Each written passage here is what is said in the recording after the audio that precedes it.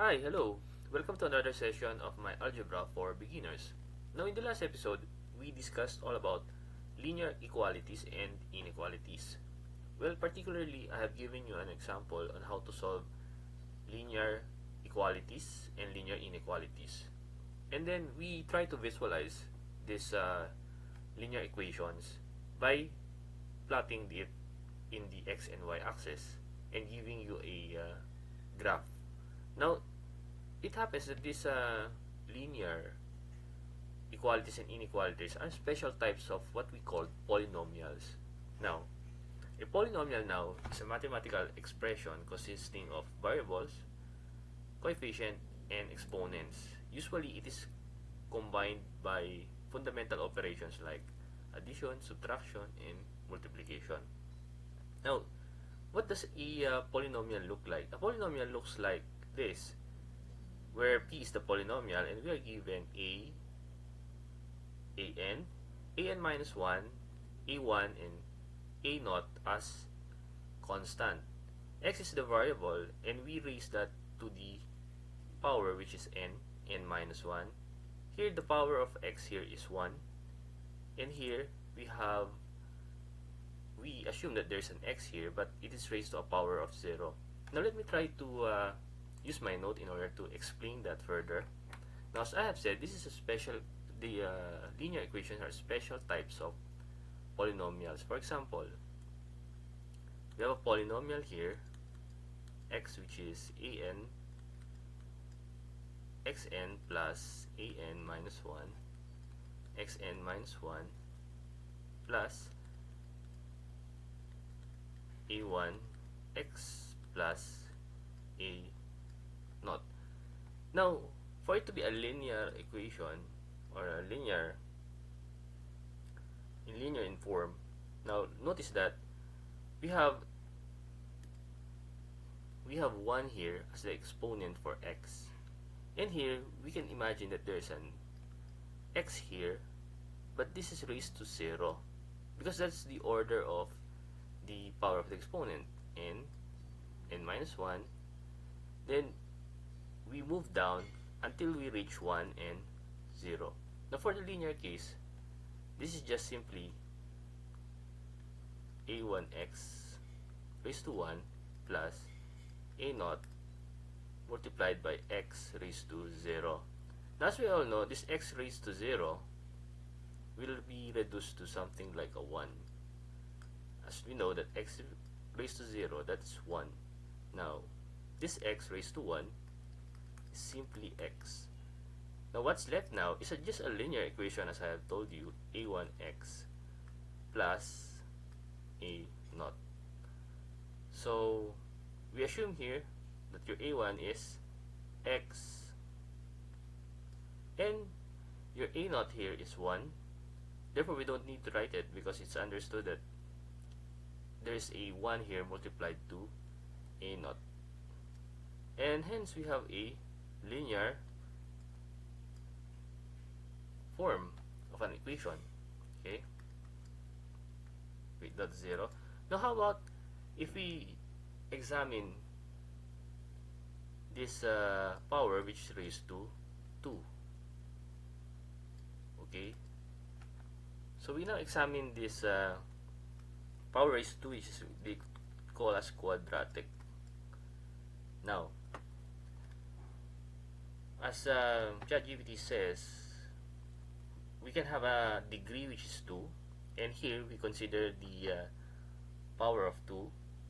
As you can see, there's a special name given to it. It's a quadratic polynomial. Okay? Now, a specific example is 3x squared minus 5x plus 2. Now, let me try to illustrate it a little bit. So, to give it a formalism. So, if we try to rewrite this term here, assuming we have a power degree of 2. So, linear is a degree of 1.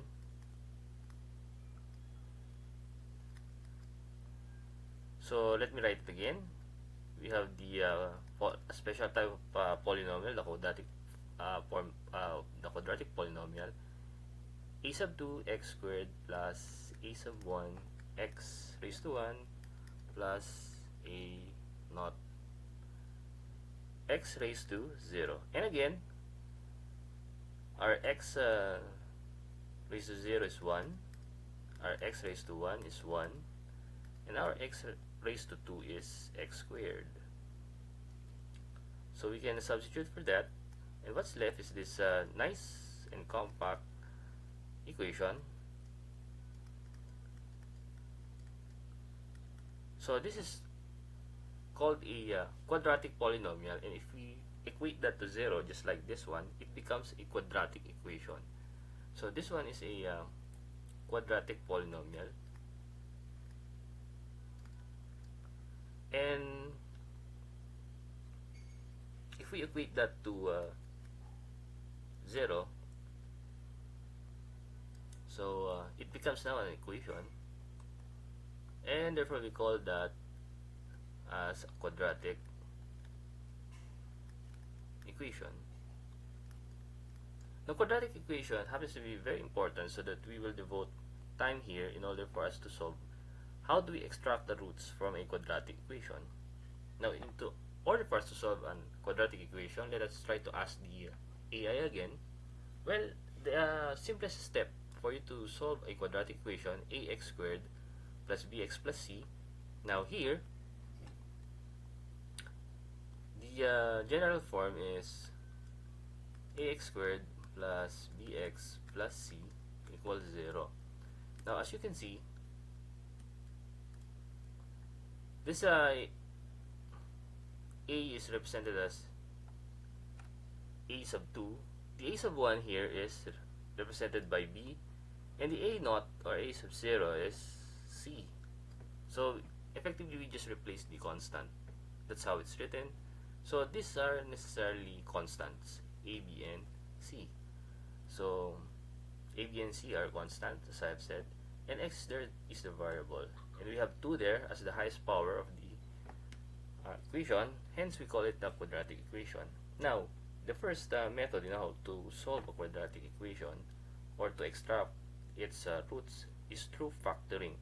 So here in the factoring, we find 2 binomials that multiplied exactly to resolve the quadratic equation. So we just have to find a binomial such that the product of this binomial will yield the quadratic equation. Now let's try to have this specific example, x squared minus 5x plus 6, and I will try to demonstrate that using my note. So again, the best thing for us to do is to write first the quadratic equation, x squared minus 5x plus 6. So effectively our a is 1 here, and our b is 5, negative 5, and our c is 6. Now, all we need to do is to think of a binomial. So we write this parenthesis, and then we write x here, and x also in the other expression. Now, the reason for us to write x here is simply because if we multiply x by itself, or x, we recover x squared. So that's no problem. Now, we need to think of a binomial. From the word itself, we need to have 2 expressions here inside the parenthesis. Now, the last term here, we need to find factors for 6 such that if we multiply the 2, we need to multiply the 2 factors, then it will result to 6. So think of a value that will yield 6. So the values that could yield 6 are 6 and 1. So we have 2 and 3, and that's it. Essentially we have these 2 options. Now we have to select any of this, but the scientific way to select the proper or the correct combination is that we must consider the middle term. Here the middle term is negative 5. So you must think of a way such that we multiply the two factors, and at the same time, if we add the two factors, it would result to something like a 5 or negative 5. So from the candidates, we see that possible combination. Now, as you can see, if we multiply negative 3 by negative 2, we recover 6. And if we add negative 3 and negative 2 to each other, it will give us negative 5. So that's exactly the factors that we need. So these are the factors. Okay. So we use that. So essentially, it's negative 3 and negative 2. If you're not yet convinced, then let's try to provide a check. Okay, let's check it. So let's try to solve x minus 3. Let's try to multiply that by x minus 2. So here, we multiply x by x, so it gives us x squared. We multiply x and negative 2 to give us negative 2x. We multiply negative 3 and x, it will give us negative 3x. And then finally, we multiply negative 3 and negative 2. So that will yield something like minus 3 multiplied by negative 2 equals 0. And we're correct. We have recovered the initial equation, so that's x squared. If we combine the like terms here, so that becomes minus 2 minus 3, so minus 5x. And then negative 3 multiplied by negative 2 is just positive 6 equals 0.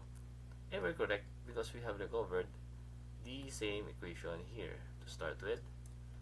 And therefore, our factors, negative 3 and negative 2, are indeed correct. Okay. Now all we need to do now is to equate that to 0. Now for this equation to be true, okay, for the equation to be true, as I have said, we were successful in recovering the initial equation. So our factors are correct. Now all we need to do now is to set the original equation to, or the factors to 0.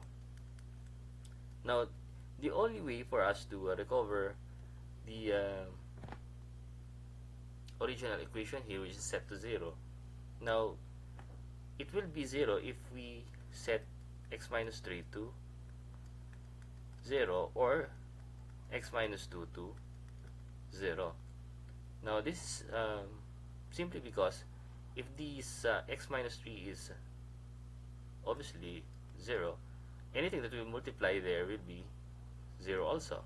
Now if this one is also 0, anything that we multiply there will also be 0.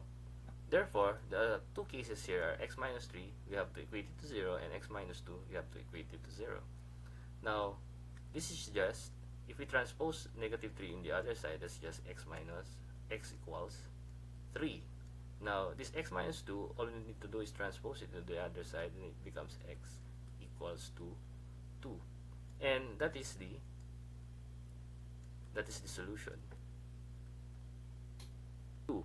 And this is exactly the solutions to the quadratic equation, as also provided by ChatGPT. Here we see that the solution is indeed x equals 2 and x equals 3. Now, to further provide a check for our quadratic equation, now let me try to do another check. So for example, x squared minus 5x plus 6 equals 0. Now in the first root, this x minus 3, for x equals 3, now we substitute that to the equation, we plug that in. 3 squared minus 5 times 3 plus 6 equals 0. Now 3 squared is just 9, minus 5 times 3 is 15, plus 6. Therefore, this is 9 minus 15, so it's just negative 6, plus 6 equals 0. So that's correct. So negative 6 plus 6 is indeed 0.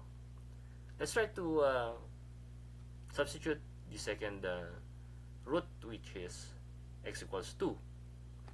So this is effectively 0 equals 0. Now for x equals 2. For x equals 2, now we substitute that to the quadratic equation.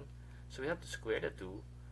Minus 5 times 2 plus 6 equals 0. Therefore, 2 squared is 4 minus 5 times 2 is 10 plus 6. And this is just negative 6 plus 6, which is indeed, again, we have provided you with this check, and we have provided you the check that the resulting equation is satisfied. So again, we were so successful in providing you with the check. So this is simply 0 equals 0. Now, we have shown you that the solution is indeed 2 and 3. Now in the next episode, we will discuss more about the quadratic equation, but this time we want to solve it using completing the square. But for now, that's all, and thank you.